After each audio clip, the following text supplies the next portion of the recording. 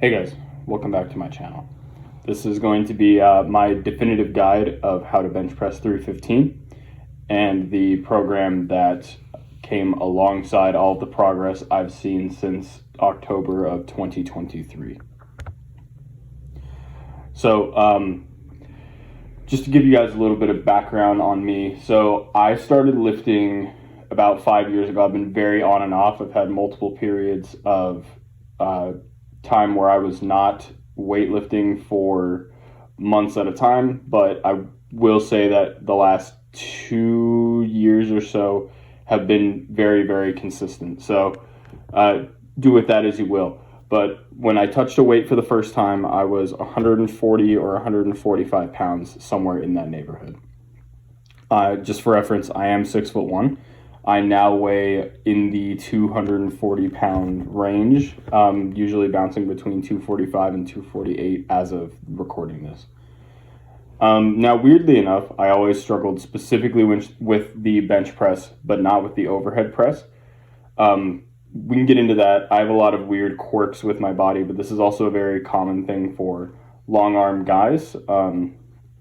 Guys with shorter arms tend to have it easier with presses, but I also find that a lot of guys with longer arms kind of can get a little more pop out of the bottom on overhead press and sometimes on bench press, but that did not really apply to me.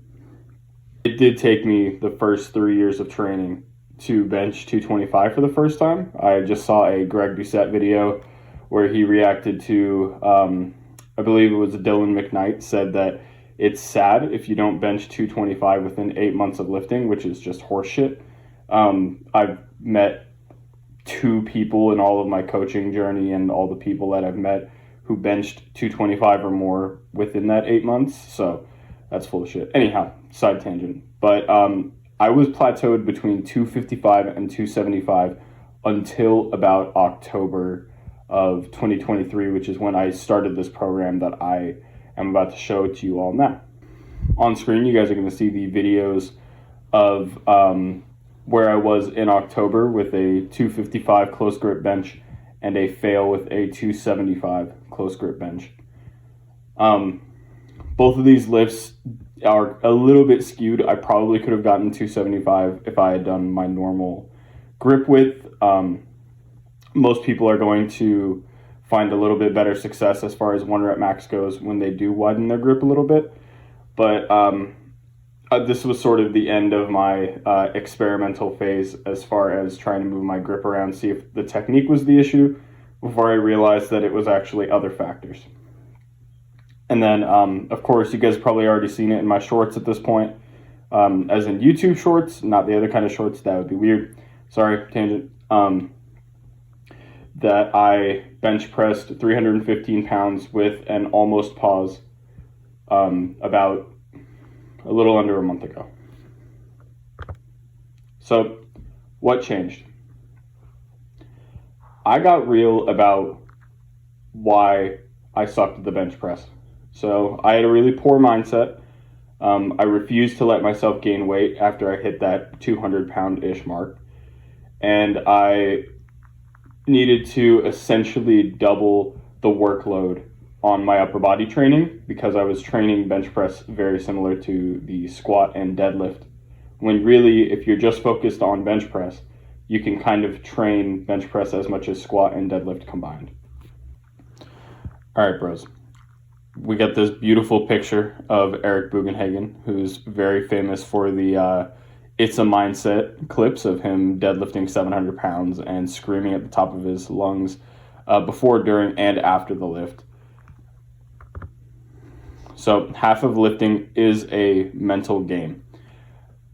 I didn't take upper body training as seriously as I did lower body training because I was already stuck in this very negative mindset and self-fulfilling prophecy of being bad at bench press. I will always be bad at bench press. Why even bother trying? Really, what you have to do is you have to put maximal effort into both your preparation and your training for both upper and lower body if you're going to see really true impressive gains on both at the same time. We have this wonderful picture of our bloat lord and savior, Kyriakos Grizzly. and he is going to preach the good word of gaining mass in order to improve your lifts, especially your upper body ones. So I'm not going to get into the specific studies, but in general, guys, when you think of the strongest person at your gym, what is the thing that sets them apart from everyone else when you first look at them? You should have thought size. If you didn't think size, I don't know what's wrong with you. But in general, obviously there are exceptions. The strongest person is probably going to be the biggest person, or I should say the most muscular person, not just appearing, but also how much they weigh and how large they are, height, frame, so on. Now, being more muscular is going to help the bench press disproportionately compared to your lower body lifts, because the upper body muscles, especially things like the pecs and the triceps, start off basically untrained compared to your legs, which of course you walk around on all day. So your body already has those muscles trained to a certain degree, and therefore the squat and the deadlift are going to be a little more neurologically based as opposed to the bench press. Now, the important thing to note here is this last little point. You must eat and train to support this growth. That means you have to organize both your program and your diet to maximize the muscular hypertrophy, which we'll get into how we do that in just a moment. All right, this is the biggest part, guys. You gotta pay attention, all right? This is a lot of information. I'm gonna let you guys do most of the reading, but on the left here we have essentially the why, and on the right we have the details of why, why the why. Why do you need proteins, carbs, fats? Why do you need your micronutrients, so on. So you have to eat enough to support hard training. I've gone through periods where I did not eat enough and still trained very hard, and it was extremely miserable. It's borderline painful. It's not like a cut even. You're just burning everything, your soul included, in order to lift a weight. Now, the way you determine if you're eating enough is going to be calories. That's the detail that we're looking for when you say you're eating enough. Now, obviously, quality means just as much as quantity, but it is important that you are getting the caloric intake, because you can't outdo the laws of thermodynamics. You must eat as much or more calories as you burn in order to gain size.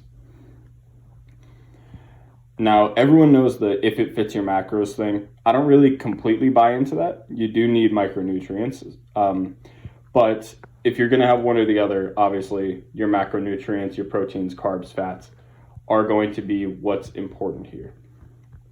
Now, micronutrients, there's too many for me to really go over here, but I did list the most common ones that people are lacking.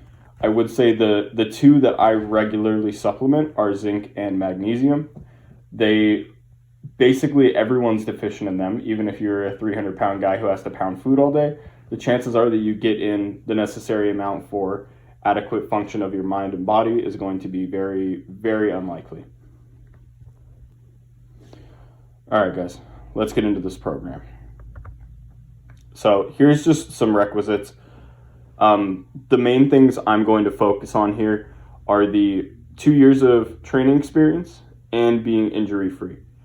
You have to kind of know what you're doing with this program. There's a lot of play in the joints. There's a lot of auto-regulation.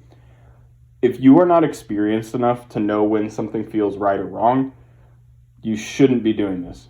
Go back to starting strength, go do something else, go do 5-3-1.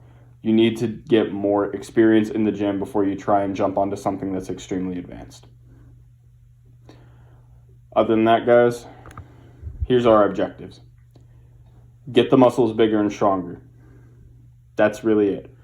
I do say at the bottom that the goal is sort of an addition of 5 to 10 pounds of bench press 1 rep max strength per month. Now, I will say that there have been periods of this program where I gained 20 pounds in a month. There have been periods of this program where I gained 0 pounds or even went back 5 or 10 pounds. Again, it's about an average over a 3 to 6 to 8 month time span, or as long as you can run this program without driving yourself completely insane. So this is Destroyer, is what I've called it, because that's how you're going to feel. It is a very, very heavy workload, as you guys are being able to see. So I'm going to let you guys do the reading here for the most part. I'm going to explain a little bit of the why and the intricacies with some of these things. So the comp bench press on your specificity day should be relatively easy. Like, you don't want to be going further than like an RPE 8.5 or a 9, at the absolute most. It should be hard enough that it isn't just a complete waste of time, but you do want to ingrain perfect form with every rep, because we're going to be able to handle all of the super fast twitch type 2X muscle fibers on the accessory work, where a lot of times we are going to be going to failure. Now, the other thing that's going to confuse a lot of people on day 1 and day 3 is this sort of 3x6 bench variation. This is sort of, there's a lot of play in the joints here. So you can kind of put whatever barbell variation you want here. I would recommend that you stick with a barbell. You can do a flat dumbbell bench press. The issue is that setting it up and finding a gym with heavy enough dumbbells to do a 3x6 and make it worthwhile is going to be extremely difficult. And also, I find that people tend to cheat their dumbbell bench press more than they do their barbell movements. Now, I listed dead bench, floor press, and incline bench as my choices for this variation. I just did those 3 and rotated through them every 2 weeks or so. And that was enough for me, all the way from January through, toward the end of February when I did that 315 bench, and even into now, actually, where I'm still trying to push these numbers up a little bit. Now, the accessories that you'll see on both, actually, I think on all of these days, is you're not in there to just slam it with volume, because you're not really worried about the technique on these things. Your goal with the technique is just to stimulate the target muscle and to not get injured in the process. So with that said, I would say go for movements that are single arm and very, very laser pointed on the muscle. If you're gonna go for a tricep exercise, I wouldn't do a close grip bench. I would do a dumbbell skull crusher. I would do a rope push down, something to that degree. Again, you're looking here to just finish off those muscle groups, pack your bag, go home. Now, as far as days 2 and 4, there are going to be dips on these days. The dips, in my opinion, are going to be one of my 2 favorite exercises for building the bench that is not just a straight comp bench. Dips have a very, very unique muscle gain ability that you don't really find with other exercises. It's sort of like a super big range of motion decline bench, and it just rips your chest, shoulders, triceps to pieces. The issue is that a lot of people get shoulder and sternum pain. I was actually someone who got sternum pain. When I first started doing the dips, I used the assisted dip machine, and I had 100 pounds on that stack. And then I slowly worked my way up the stack until I was able to do it with body weight with no pain. And then now I'm up to a point where I'm doing more than a plate of resistance, which, again, not that much, but with my body weight, it's near 300 pounds. And I don't have any sternum pain. Go ahead and try that, fellas. If you are still getting shoulder pain, elbow pain, sternum pain, you can do a little Google research. It's not a necessary move. If you do get any of those things, try weighted push-ups. They will work just as well. I just find that they can be kind of troublesome to load. You need a vest, you need a backpack, so on. All right, and then this is going to be my second slide. I know, guys, a lot of information. I hope you guys appreciate the guts artwork in the back. So the only pieces on this slide that I feel most of you are going to have trouble with is the first 2 points on the novelty day. So the bench press variation is sort of like a version of the max effort method popularized by Westside Barbell and Louis Simmons. The issue is I don't really call it max effort anymore because it's not max effort. You're going to, again, a single RPE 8 or 9, maybe slightly harder than your comp bench day, but nothing, severe, because you are going to be trying to keep perfect technique with a slightly new variation that is just different enough to not burn you out, and then you switch it around. So I do say on here that the variation should be 1 to 3 deviations from comp lift. What I mean by deviation is, all right, if I bench with my pinkies on the ring and I pause every time, that's my comp lift. Then I can do touch and go, that's a deviation.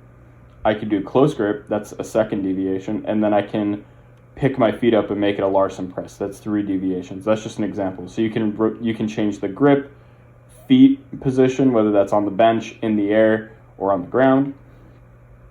You can do an incline, you can do a decline. See what I'm saying? I would say the closer deviations should be when you're closer to doing an actual true max bench. But really, I don't think it's going to make that big of a difference until you're probably a 405 bencher, which obviously I don't have the experience to be able to say whether that's true or not, but that's my own assumption. It doesn't really matter at our level. Now, the second point is whether you're going to use a banded bench or extended ROM bench here. So I have found that if you're a longer armed person and you've committed to gaining weight for a long enough period of time, eventually the weakness of the bench press is not going to be right off the chest anymore. It's going to be a few inches up when your arms are at that 90-degree angle. You don't really have leverage for your triceps, but your chest is also kind of done with its leverage. So this is where I found the banded bench to be extremely, extremely helpful. And frankly, I think it's what pushed me from 295 to 315 in about a month and a half, because it targeted my weak point so specifically. Now, for you guys who are still struggling within, I would say, an inch off the chest, the extended range of motion bench press is going to do the same thing. Now, when I say extended range of motion, it's kind of a catch-all for anything that makes the range of motion extended. Crazy.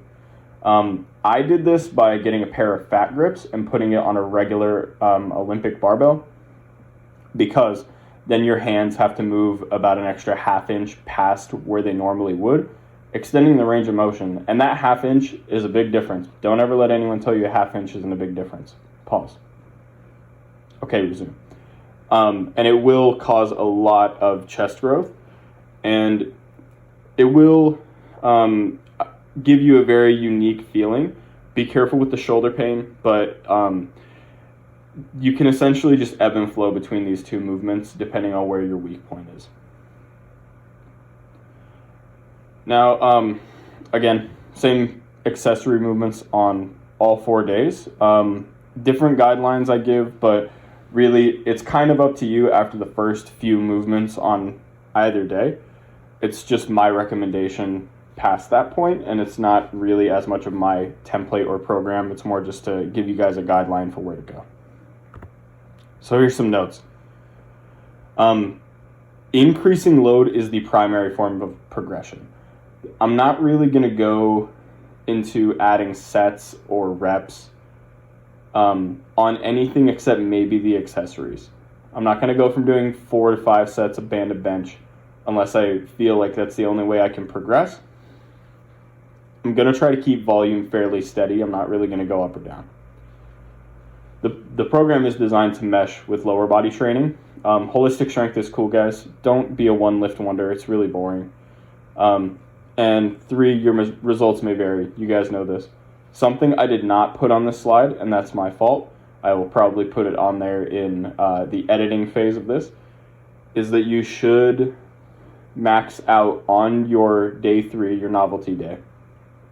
I would say between once a month, so every 4th week, and every 6th week, just so that you know you're moving up in the world. You know, you're actually getting stronger. Because even if it's a little 5 or 10 pound PR, doing that and then knowing where you struggle, you'll be able to adjust the program a little bit and switch the exercise selection so that you can target your weak points a little better.